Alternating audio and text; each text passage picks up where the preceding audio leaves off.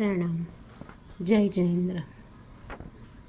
મારી આ તીર્થયાત્રામાં આજે આપણે વાત કરીશું જીલવાડામાં આવેલ આદેશ્વર ભગવાનના દેરાસરની, એટલે કે 2300 વર્ષ પ્રાચીન સંપ્રતિકાલીન આદેશ્વર દાદાની પ્રતિમાજી જ્યાં તીર્થાધિપતિ તરીકે બિરાજમાન છે એ જીલવાડા આદિનાથ જૈન તીર્થ. ખૂબ જ સુંદર નાનકડા ગામની અંદર શાંત વાતાવરણમાં આવેલ આ તીર્થમાં રહેવાની એટલે કે ધર્મશાળા અને ભોજનશાળાની ઉત્તમ સગવડો ઉપલબ્ધ છે. હા, પણ તમારે અગાઉથી જાણ કરવી જરૂરી છે. મુખ્ય ગભારામાં આદેશ્વર દાદાની આજુબાજુ મહાવીર સ્વામી પ્રભુ અને શાંતિનાથ પ્રભુ બિરાજમાન છે. એ સિવાય અન્ય પ્રતિમાજી પણ બિરાજમાન છે. આ દેરાસરમાં આદિનાથ પ્રભુની આ પ્રતિમાજી કુંભલગઢ કિલ્લામાં આવેલ જૈન દેરાસરોમાંથી લાવીને અહીં પ્રતિષ્ઠિત કરવામાં આવેલ છે. તમે જ્યારે કુંભલગઢ જાઓ ત્યારે જૈન દેરાસર જોવા જરૂરથી જજો. અત્યારે બધા ખંડેર બન્યા છે, એમાં કોઈ પણ દેરાસરમાં પ્રભુની પ્રતિમાજી નથી, પણ આપણા ઇતિહાસની સાક્ષી આપતા એ દેરાસરો હજી પણ ઊભા છે. હું તો એવું કહીશ કે જીલવાડા એ કુંભલગઢની પંચતીર્થીમાં કહી શકાય. કુંભલગઢથી લગભગ અડધો 1 કલાક અથવા તો 41 મિનિટના અંતરે આ તીર્થ આવેલ છે. હિમાચલ સૂરીધામથી પણ નજદીક જ આ તીર્થ સ્થિત છે.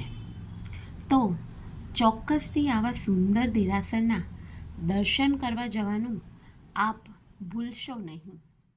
વધુમાં અમને એવું જાણવા મળેલ કે દેરાસરની બાજુમાં જ કુમારપાળ રાજાના વંશજ પણ રહે છે.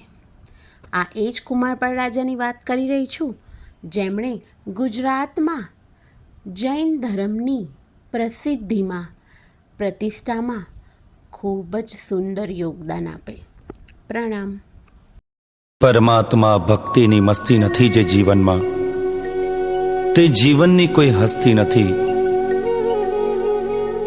હસતા હસતા જિંદગી જીવવી તે પણ કાંઈ સસ્તી નથી. અહીં કોણ ભલાને પૂછે છે ને અહીં કોણ બુરાને પૂછે છે. અત્તરને નીચોવીને ફૂલોની દશાને કોણ પૂછે છે. આ તો સંજોગો ઝુકાવે છે માનવીને, નહીં તો અહીં કોણ પ્રભુને પૂજે છે, અહીં કોણ પ્રભુને પૂજે છે. ટ્રેનમાં બેઠા બેઠા ક્યારે એવો વિચાર આવ્યો નથી કે આ ટ્રેનનો ડ્રાઈવર કોણ છે. શું મને બરોબર એ સ્ટેશન ઉપર પહોંચાડશે. એક સામાન્ય કક્ષાના ડ્રાઈવર ઉપર આટલો વિશ્વાસ, આટલી શ્રદ્ધા. અરે રાતના 100 ગ્રામ દૂધ વધ્યું, 1 ચમચી મેળવણ નાખ્યું.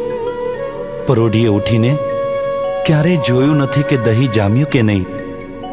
સામાન્ય કક્ષાના આ દૂધ ઉપર જો મને આટલો વિશ્વાસ હોય, આટલી શ્રદ્ધા હોય, તો હે પરમાત્મા, મને તારા ઉપર કેટલી શ્રદ્ધા હોય.